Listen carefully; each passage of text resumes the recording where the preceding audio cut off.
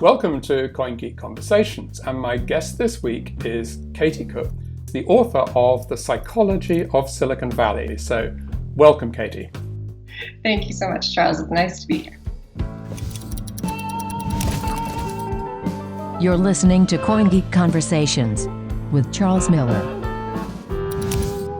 Can we just start by a little bit about your background? Because you trained in psychology, first more in individual psychology, and then you've moved, in order to understand the tech business, into what I think we call social psychology. Is that right? Yeah. I started out not really knowing what I wanted to do exactly. I knew I loved people's stories. I knew I loved narratives, but I didn't know exactly kind of where that would take me. So I started out as a counselor for a little bit. I worked in bereavement counseling and then transitioned back to kind of looking at modern culture and modern culture studies, and then a bit of psychoanalysis and social psychology eventually. And this was as an academic? Correct. Yeah. So I ended up, my PhD was on the psychology of progress. So I'm really interested in kind of how we get from, as a big collective, as a group, from kind of a point A to a point B, whatever that may be, where hopefully the point B is a little bit healthier, whether you're thinking in terms of climate change or, changing financial kind of institutions and norms or values or those kinds of things. Well, this is going to be very interesting because within the Bitcoin SV community at the moment, there is this great vision of how we're going to get from a group of, a fairly small group of people, entrepreneurs with a lot of great ideas, into really having an impact in the world of finance and trading and, even giving the internet a run for its money, perhaps. It deserves it. Something has to, yeah. Let's just start, perhaps, with a very strong point that comes through in your book, which I was interested in, which is that there's a mismatch, you say, between people's generally rather over-positive views about Silicon Valley and the tech giants and what they're really like. Can you tell me a bit about that? Yeah, when I talk about Silicon Valley, I tend to, as a social psychologist or as a social scientist, you tend to kind of generalize. It kind of comes with the territory, and it's not always the most comfortable kind of general thing to do is to make generalizations. But as individuals, these people are lovely. I interviewed 200 plus people for my book. Every one of them was, a nice person, a good person. No one I met was evil. But I guess when it comes more to the corporations themselves, right, there's been this shift, especially I think over the last kind of 10, 12 years or so, to away from the original kind of values on which the tech industry was founded, the kind of counterculture that informed a lot of its original values, to this more kind of hyper-capitalist system, this kind of extractive, advertising-based world that resembles maybe Wall Street, if you looked at the culture of Wall Street 20 years ago or still today. But you make some quite entertaining points about the sort of lack of diversity in Silicon Valley. And I particularly enjoyed your mentioning of some of the sort of so-called problems that Silicon Valley is solving, like the juicerow. Tell us about that. I saw the video once and it just made my mouth just dropped open. It is a machine that squeezes juice out of, it's connected to an app, I believe, maybe, and it squeezes the juice out of a bag. And it wasn't working for a lot of people, and it cost like hundreds of dollars. And then some lady realized you could just squeeze it with your hands, and it worked in exactly the same way. And so there's this kind of, fable of like over designing and kind of designing for no purpose rather than kind of meeting real needs. A lot of these entrepreneurs, they talk about pain points, but I think in the real world, this is not much of a pain, having to squeeze an orange. Yeah, exactly. And that's, I think, where for me, like the emotional intelligence piece came in, because the empathy part, I heard, who was it? Alex Stamos give like a keynote at Black Hat a few years ago about empathy, or the lack of empathy in tech. And it really resonated. And it's so clear to me that if you don't understand the problems that real people are facing, you're not going to design technology that meets the needs of society, right? And if you don't have the self-awareness um, to reflect on what you're doing and why you're doing it and why you're building what you are, you're not going to do the most good that you could. And these are brilliant people, and they have the capacity to do so much good.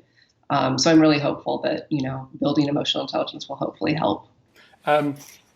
Just going back to what I mentioned at the beginning, which is that on the whole, the public has a reasonably positive view of Silicon Valley, perhaps more than you do. And you talk in the book about how the image of the sort of brilliant entrepreneur was pretty self-consciously created by some PR people. Yeah, it's interesting. It really is like when you look at it a little bit more closely, there's a lot of kind of marketing and PR tricks, I think, that have gone into formulating this identity of the Valley, because I don't think, left to their own devices, founders and engineers might have kind of bothered to, catalyze that identity for themselves. But you get money flowing in, you get people who are aware that they can profit off of this industry, and they realize that it needs to be kind of safeguarded in certain ways. And part of that is creating a narrative around, who these people are, what are they doing? Oh, we're saving the world, we're connecting people, we're making it a better place, we're solving all the most important problems. And sometimes that's true. There's some great tech companies who do great things, but some of the big ones, I think, that we're kind of most familiar with have kind of gone off the rails, as you said earlier. And we're not really, in your discussions, only talking about Silicon Valley as a place. You've got a great quote from Reid Hoffman of LinkedIn to say that, who says that Silicon Valley is a mindset, not a location. So this is broader than just that little area south of San Francisco, isn't it? Yeah, for sure. I think in the same way that American values tend to kind of spread, I think especially to the UK. I lived in the UK for a year when I was younger, and then 8 years in my 20s and 30s. And you do see kind of the ideas and the trends and some of the stuff kind of make their way across the pond and then around the world. And I think it's the same with the tech industry, because it is such a important, influential, profitable industry that is everywhere. It's not just Silicon Valley, obviously, and those values do tend to kind of spread, although they mix with kind of local social values, which I found really interesting. So I made a point to talk to people in as many different countries as I could to kind of feel out the differences and make sure I was making kind of real, solid observations about what the distinction was about the psychology of that kind of place and that mindset in Northern California that then disperses. Right. It really is the source of this culture, I guess, even though it's widely distributed. Every country wants to have its own Silicon Valley. And yeah, and I wish they didn't. I wish they wanted to do something a bit better than that, at least kind of from an ethical point of view or a values point of view. in the world of Bitcoin SV, which I'm more familiar with, we've got entrepreneurs all around the world trying to build apps that will encourage use of the Bitcoin SV blockchain. And it's a little bit similar, I would imagine, to the early days of the internet, where people were finding .com ideas that would bring people to the internet. Having looked at how Silicon Valley has developed, do you have any sort of advice about how this ecosystem should best be brought to life, really? Gotcha. Yes, that's an awesome question. Yeah, so I think one of the things that wasn't super clear, I think, when the industry kind of started booming and when money started flowing into it, was a kind of popular acceptance of the values that were associated with it. So I think being really clear about values, whether that's, in a relationship, that's super important, right? Or in a classroom, if you're teaching kids, or in a business, or in an entire industry. So I think if there's kind of collective agreement guidelines, if that's something that is, possible to come up with. Anything around values where people are actually kind of held accountable and made to hold each other accountable. Because when I think money especially starts flowing in, when power comes, and I mentioned the power paradox in my book a couple times because I think it's so important. When people gain power, your original values can go out the window so easily. And I think I'm a pretty, values, I think I'm pretty ethical, but, God knows what would happen if I, had a windfall of whatever to my business. Like, I would like to think I would stay grounded, but who knows, right? Like, you need someone to hold you accountable. And I think you need to be reminded of why you started things in the first place. One idea that I have, that I don't know whether this is realistic or not, but it does seem that everybody's interests are in getting people sort of onto the system. And therefore, there is a spirit of cooperation, because if one entrepreneur does well, that creates people who can use any other app because they're already using the blockchain and they have access to it. And also you have the advantage of having witnessed the last 20 years and kind of the pitfalls of not behaving in a way that's, legally responsible, ethically kind of dubious. I think you have a good model for kind of how not to act too, right? Which is just as important. No one wants to kind of, be on the cover of Time magazine looking like a battered man like Mark Zuckerberg. Well, I mean, the other thing that I'm perhaps is more of a question really is you talk in the book about the kind of people who do well in Silicon Valley. They tend to be not particularly good at social skills and various other sort of personal qualities that you go into. And obviously the people working in this area of Bitcoin are also developers. And perhaps if there is a characteristic type, then they may share some of that. Is it your view that those personal qualities that you pick up as shortcomings in Silicon Valley are inherent to the nature of the work, or is this just a sort of offshoot of the lack of diversity that you also highlight? I think that's a really good question. I'm not sure what it is. I think it's probably a blend of a few things. It's probably not an either or. I think the kind of mind that's maybe best at more technical work might not.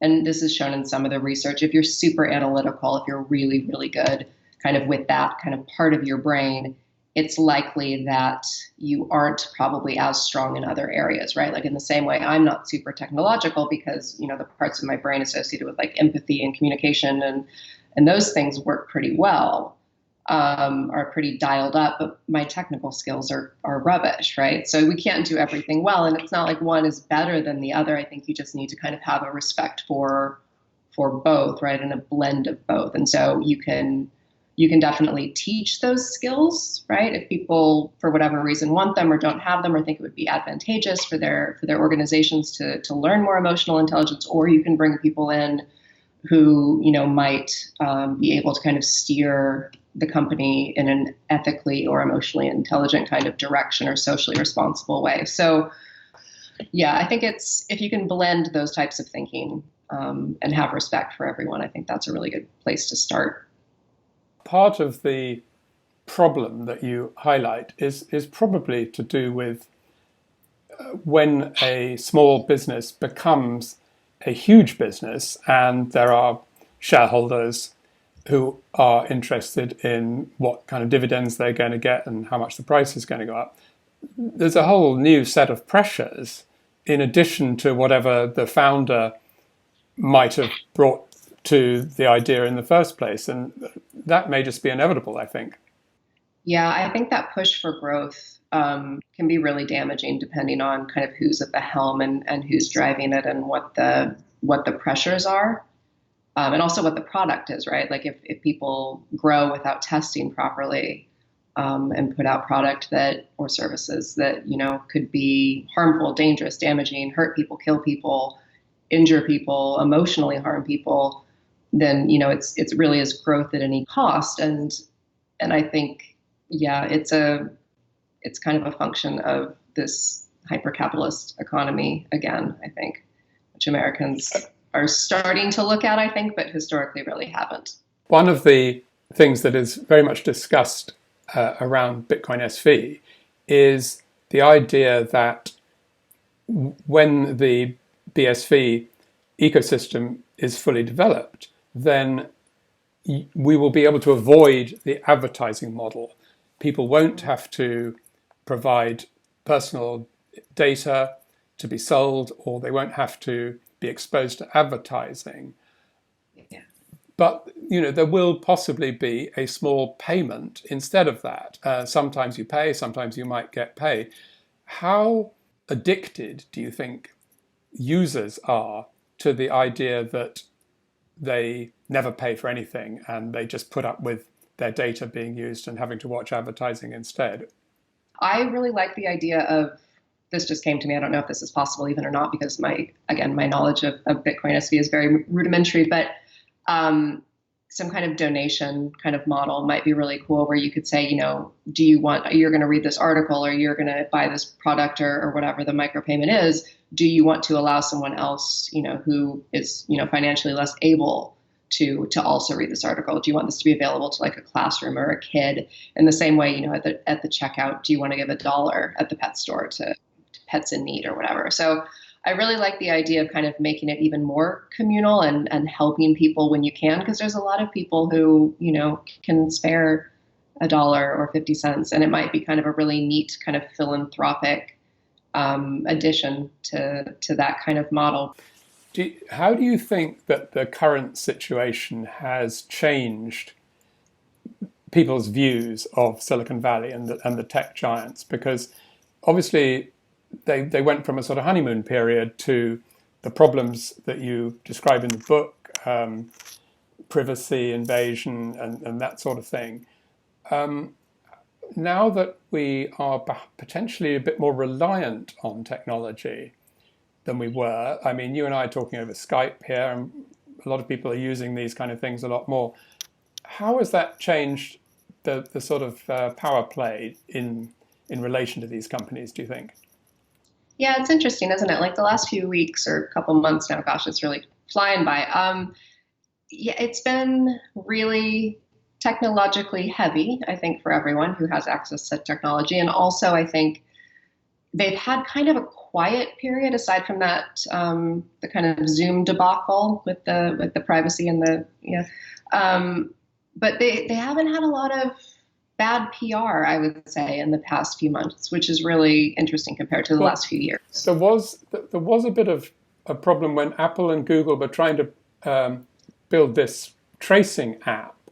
Yeah. And then what I thought was very interesting was that the government was saying, well, this is no use to us because you're being too protective of people's privacy. So that really, it's quite hard to get your head around that one in the context of everything that had gone before. Yeah, that's true. I think government finally seems to be, getting it a little bit. I think like they're finally understanding that these companies have a lot of power and a lot of access to data. And I don't know, to answer your question. We find ourselves in a really interesting place. I think the fact that we're spending so much time on technology makes a lot of people cognizant of the fact that they would rather spend time with people in real life and would rather, go out to a restaurant or have an in-person conversation. It doesn't feel kind of emotionally good to be in front of a screen as much as we are right now, I think. And I think a lot of people are struggling, especially if you're not used to it, especially if you're an extrovert, especially if you're not, if you live alone. There's all sorts of things that can make it a lot more difficult for people. And, technology is great, and I get to see my friends all over the world because of it, but I would still much rather be in a room with them. And I think that's what the last few months have taught me, is that I value just people so much more than I do technology. On the other hand, whilst that I'm sure most people would agree with that, you don't need to also think, so I don't like the tech companies as a result of that. In fact, they're at least making us able to stay in touch to some extent. And I think maybe we feel more positive towards them after this because of that. Yeah, potentially, for sure. And I think the fact that I always look at it like kind of a pendulum. We had a really big swing towards, a lack of regulation and kind of, I think a lot of companies getting away with murder in some cases. And then we seem to be swinging back the other direction. There's a lot more regulation. There's a lot more, oversight coming, laws coming. And they seem to be kind of getting it that they actually do need to, step up, take responsibility, kind of have the values that it sounds like your community, is invested in, taking care of people, building real communities and, actual social good. Now, at the end of your book, this is one place where I sort of diverged from you, I think. You were sort of saying, all is not lost. We can create a better culture here. And it starts with people closing their Facebook accounts and stuff like that. And I just thought, well, is that realistic? The whole network effect that Facebook has, it has this unparalleled access to all the people that everyone knows. And in the past, when they've had some problems, there've been sort of Facebook boycotts. But after a month or two, it's all over and everyone's back using it again. Yeah. Yeah, I don't think, I have a Facebook account. I don't think Facebook is evil. I don't think anyone needs to kind of get off it or be on it. I don't have too much of an opinion on kind of how people spend their time, but I think it's more the values that drive those companies kind of need to change before they should be entrusted with our data, with our time, with, lots and lots of advertising dollars. So essentially our money. I don't think a lot of companies are very deserving of what we have given them in terms of trust. Is that a responsibility of government to make that happen, do you think? Yeah, I think partly. I think it's a combination, right? So employee kind of pressure, which you've seen now, consumer pressure, which you've maybe seen less of, but like you said, with the ban Facebook and the kind of viral kind of outrages, you do get a bit of it. And then I think mostly government regulation will be the thing that actually changes it. And some companies will do it themselves. There's some great companies out there that have really sound values that people love to work at that don't kind of follow the model that I kind of talk about being predominant in Silicon Valley, both in terms of emotional intelligence, in terms of ethics, in terms of, workers' rights and treatment. So there are lots of exceptions to the rule, for sure. Not everyone's a Facebook. You give a pretty damning account of the effect on an individual of being too much plugged into social media in particular in terms of values. And I was wondering really whether that is just today's version of people complaining about consumerism during the great days of commercial television where we all needed a new car and a new fridge and everything like that. And probably people were complaining about the values during that time in a different way.